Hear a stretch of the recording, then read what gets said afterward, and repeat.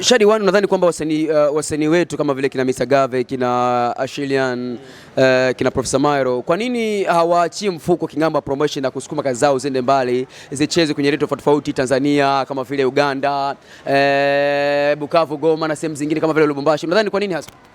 Labda hawana mapromota wakubwa, labda wana mapromota wakubwa ambao wanawashimamia. So unaona na kila kitu kinakwenda na muda wake. Kila kitu kinakwenda na muda wake. So kuna muda ambao unafikiaga mwanamuziki unakuwa mkali kabisa. Yaani unakuwa ngazi za juu. Hakuna mtu yote ambaye anaweza akakusogelelea. Sasa kwa muda huo unapokufikia vile inabidi kujipanga na kuangalia mbele. Sawa. Kesho nikidondoka afu nikakosa mtu ambaye ataniinua, je, nitakuaje? Si kama unanielewa? Pata vizuri. Nitakuaje? So wakati unapoona hiyo brand ama success fulani ene inakuwa yulu kupita bengine, ukaona uende kabisa unamaliza.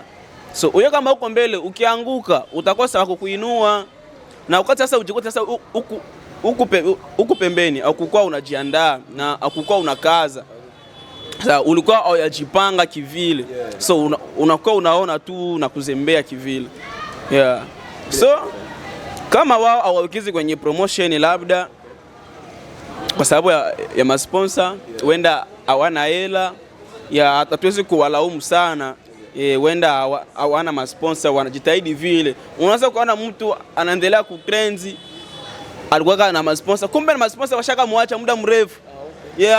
Hawezi akaposti, mtamcheka. Mambo ya sanaa hii inakuwa mambo ya haya sana. Mambo mengi. Akiposta aseme nimeacheka na management, jamani nahitaji management ama masponsor, mtamcheka. So inabidi ajifinyie kwa ndani tu akaushi. Kumbe mzee ashacheka kitambo bwana.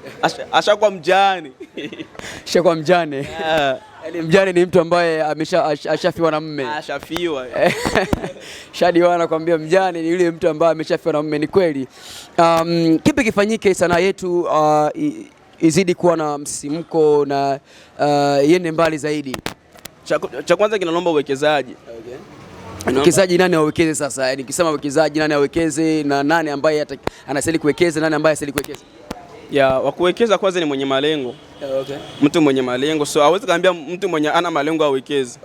Shady One anatoa $20, $50, $100 kwa ajili ya promotion. Afu nifuate nishauri mtu mwenye ana malengo, yeye anafanya hivi, utoe $100. Utanyangalia kwani atakwambia kwani muziki wa vile unalipa? Juu nitoe $100 mimi ndapata nini? Tunaharibisha pesa. Ndio kauli zao za watu ambao hawana malengo. Wenye malengo wanatosha, wakijua ya kwamba tunaweka sehemu. Muda ukifika tutaanza vidula. Kwa hiyo inabidi kuwekeza sana, na tunahitaji mapromota, masponsor ambao wako na fedha na ambao wanatambua nini maana ya muziki ama maana ya sanaa. Sawa. Unaona kama vile Lubumbashi, Goma, Bukavu. Kuna watu ambao wanauelewa wa muziki. Kuna madili ambao yanakuja kabisa. Unasikia msanii wa Goma, Lubumbashi anafanya concert Paris, bali muinvite, zile zote ni deal ambazo zinakuja mu mikono ya wale masponsor. Hivi hapa kwetu masponsor ndio watu ambao wanatuangusha sana. Vipaji viko. Vipaji viko kabisa, tunaimba, tunatunga, tuko na sauti, tuko na muonekano wote wa kistar. Ila sasa hakuna watu wa kutuwekezea. Hakuna watu wa kutugezea. Na hivyo tunakuwa ni kitusi kwenye jamii na familia ya kwamba tunafanya kazi gani ambazo hazina mshahara, inabidi kuachana na muziki. So inabidi kuwekeza, na watangazaji wetu wasio mashabiki wa wasanii. Wasi mashabiki wa wasanii, waache ushabiki. Waache ushabiki. Sio mwanamuziki anapokuja kufanya promotion kwako, mnaelewana bei, anaenda kufanya promotion kwa muda fulani, ama anaenda kufanya promotion kadhaa. Alafu unapofikia muda wa matangazo, kazi zangu hizi sasa, anza post. Amekuwa na kufinyia buto. Unaona? Na wanafanya. Yaani unaonesha unamtumia actualite. Actualite hii posti. Anakaa kimya kama aoni. Sawa? Anakaa kimya kama aoni. So anakuwa anitia miro gani? Unaona? Anakuwa anitia roho mbaya. Kama siko msanii mwenye nidhamu na busara, ndamsema kwa watu kama mtangazaji fulani anikulaka pesa zangu na akashinda kunifanyia kazi. So wakati nawasa mtangazaji utasikia vile, utanyona empoli. Tasema ki artiste fulani ni mkosa adabu. Iko naenda ananisema mubaya mie. Pesa gani anipatiaka mie? Kwa sababu huko mtu mzima, huko mkubwa. Watokamania we na watanyana mimi ndo mubaya. Wakati nilikuwa niko na haki yangu ya kudeklare. Mtu ukiwa na haki lazima unasema. Ndio, ukiwa na haki lazima useme. Kama mimi hapa hivi. Nishafanywa hayo mambo.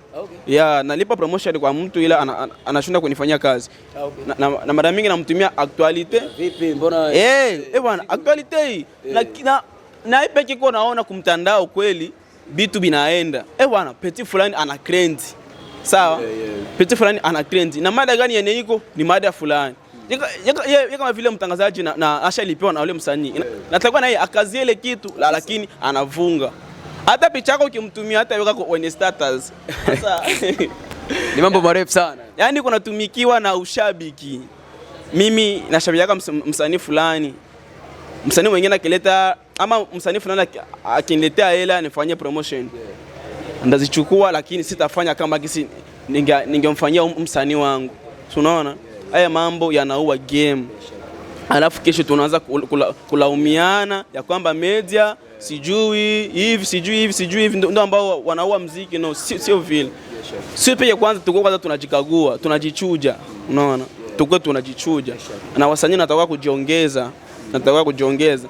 Sponsor ama management ikikuwa inakupatia nafasi ya kufanya promotion ama ila za kufanya promotion, kuwa unapeleka sio unakula hela alafu unasingizia media.